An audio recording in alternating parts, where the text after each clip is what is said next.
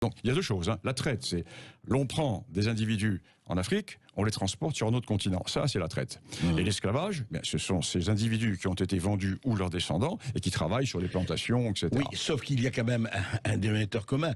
On les prend en esclaves, enfin pour les faire travailler. Tout à fait, tout à fait. Les traites, c'est quand même des traites d'esclaves. D'esclaves, avec une différence entre la traite arabo-musulmane, les traites arabo-musulmanes et la traite occidentale, c'est que la traite occidentale porte, j'allais dire, comme le marxiste aurait dit, sur une force de travail, sur travailleurs, et la traite arabo-musulmane porte bien souvent plutôt sur des femmes et sur des enfants. Moi, j'ai des citations d'Ibn Khaldoun qui sont extraordinaires. Ibn Khaldoun qui nous dit, par exemple, je cite, ici au Maghreb, il parle des esclaves qui vont être pris chez les Berbères. Ici au Maghreb, l'on trouve les belles esclaves berbères de toison couleur de miel.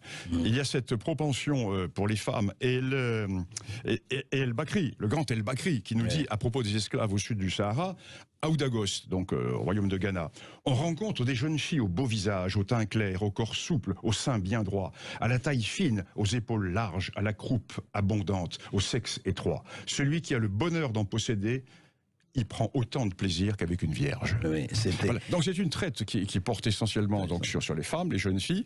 Et la première traite arabo-musulmane a été véritablement très dure. Elle s'est appliquée sur l'Afrique du Nord, ce qu'on appelle la Berbérie, le monde berbère. Et il y a eu quand même quelque chose de très particulier, c'est la castration. Il y a la castration des eunuques parce que 1 survit sur 2 à 300.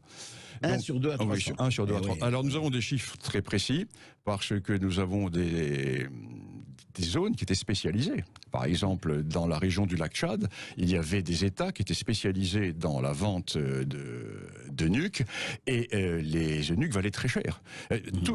Tout grand notable du monde arabo-musulman, qui avait plusieurs femmes et qui avait un harem, avait plusieurs eunuques. C'était un signe de richesse, c'était un signe d'importance, etc. C'est un signe de relation, de rang social.